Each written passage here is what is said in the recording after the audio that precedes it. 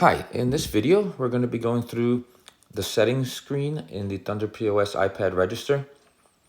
So you'll see the login screen right now, and on the upper left-hand side, there is a gear icon that you can tap to go into the settings screen.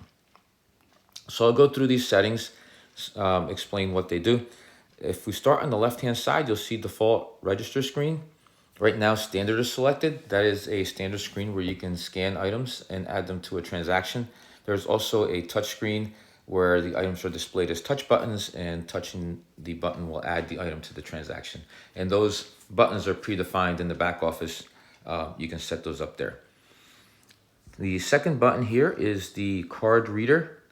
So right now we have none selected, but if you tap the card reader button, it'll take you to this screen where you can set up your card reader, your credit card reader.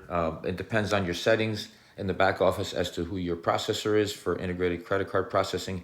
Here you'll have a Verifone or BBPOS option. We're not going to do that right now.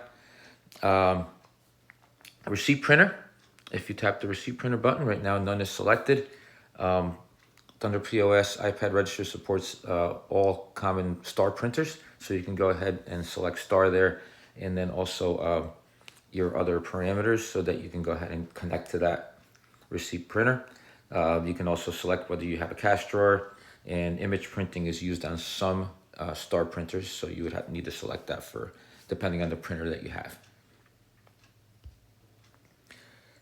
Camera scans multiple items, so you can use your camera on your iPad as a scanner, and you can either scan one item at a time or multiple items and put them all in the transaction. That's what that setting is for. Record tips allows you to record, to enter a tip at the checkout screen for counter tips. You need number of receipts for credit card and non-credit card. That's pretty self-explanatory. You can go ahead and determine how many you want to print in each case. The advanced settings button really is something that you shouldn't have to mess with. If there's a reason to use it, we will let you know. But that is really server addresses and things that you shouldn't have to change. Print receipt, obviously, it's going to ask, it controls whether you're going to print a receipt always, never, or ask at the checkout. And right now I have set to no.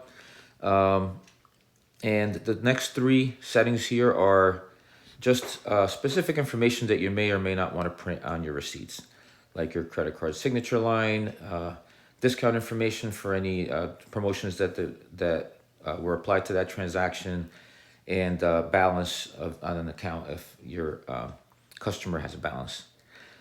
The MITC device ID is only for Meet in the Cloud integrated credit card integration. There's a device ID associated with your device that you will need to enter in that box. But if you're not using Meet in the Cloud, that's not important to you. Once you have completed your settings, you can hit save, and that will be applied. And when you log in, those new settings will be in place.